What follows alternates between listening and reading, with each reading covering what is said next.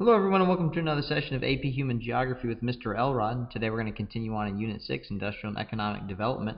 And what we've been talking over the last couple of videos has been looking at some ideas on some ways that we could reduce the development gap, how we can improve the developmental condition of countries around the world. And a lot of those discussions have revolved around the idea of trade.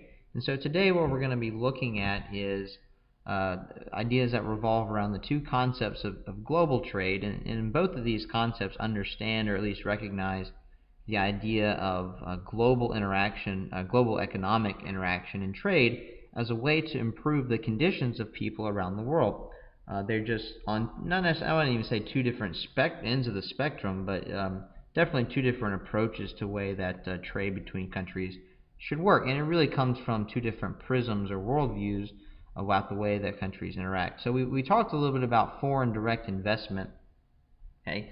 And some people look at this again as a way to help less developed countries improve. I mean, the idea is that a company comes in and it wants to, obviously companies exist to make money, and so what they do is they set up facilities, whether it be manufacturing facilities or whether it be an extraction facility if it's some sort of natural resource, or set up a plantation, whatever, set up a facility to try and create a product or to manufacture a product to sell to make money. And so they come in and they invest in the area that they're in. And now a lot of people look at that and they look at it in a couple of different ways. Those who look at it as a good thing, as a positive thing, where the companies actually come in and benefiting the people of the area, they look at it and say, look, companies are coming in, they're investing in foreign countries, and they're investing in the people. Because what they're doing is, they're providing them a wage, they provide them maybe sometimes with training, education, they might provide them with health insurance, they provide them with an improved lifestyle than what they were doing before, or what they were living before. The companies coming in and they're investing in certain levels of infrastructure, whether it be investing in the export facilities of maybe a port or a canal or a rail line or highways, the electrical infrastructure. They're working with the government. They're paying taxes. So people look at it and say, look, this is obviously a good situation, and the company's doing a lot of good here. There are others who look at it and say, well, no, it's not necessarily all that good, because what's happening really is companies are coming in and exploiting foreign countries, their people, and their resources, and they're taking advantage of people. They're not paying them enough money. The conditions people work in are unacceptable. The wages they get paid are unacceptable. The housing conditions they have to live in are poor. They're not paying enough money to the government because the government's giving them tax breaks in order to be there. They're forcing the government and the people to pay for upgrades and things in terms of upgrades to infrastructure, whatever. And so they look at it more as a form of exploitation by Western countries and Western companies, as opposed to something good that the companies are doing. And I don't want you to think that I'm coming out trying to make companies look like philanthropists, or they're doing some sort of charity work. I mean, they're companies and they're there to make money.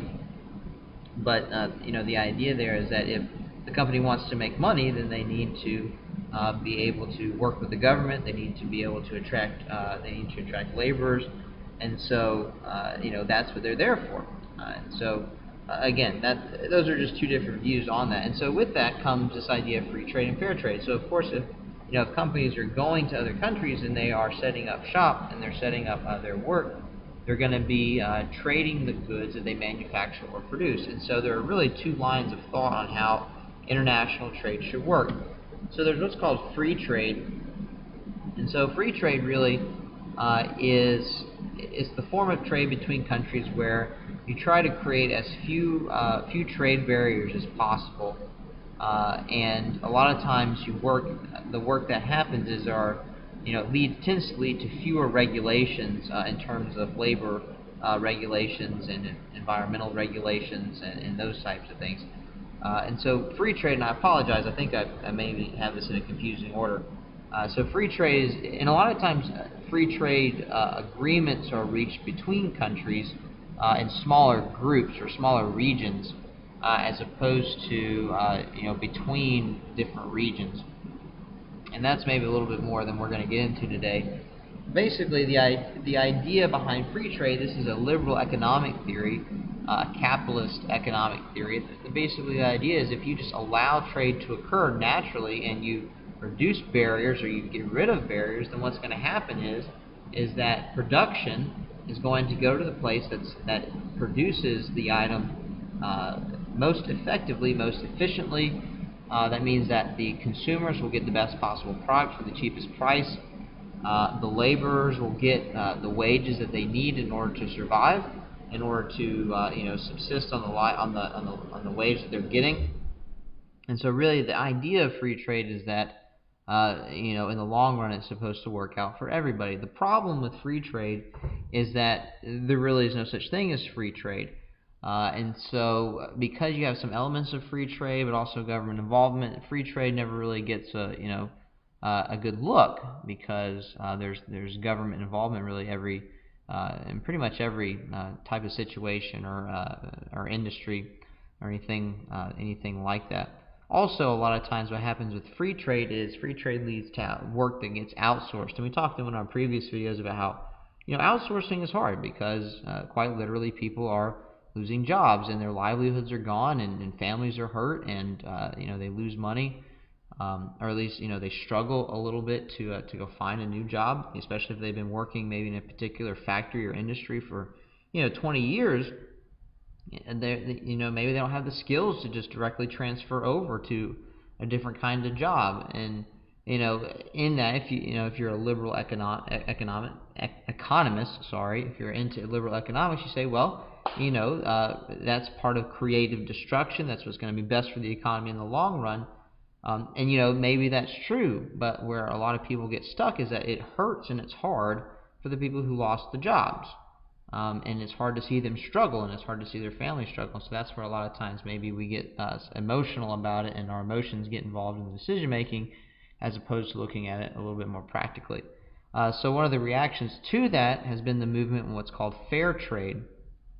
Okay, so fair trade is this idea that it's almost this idea of social. You're doing a social good by paying people more money for goods that you used to be able to get for less money.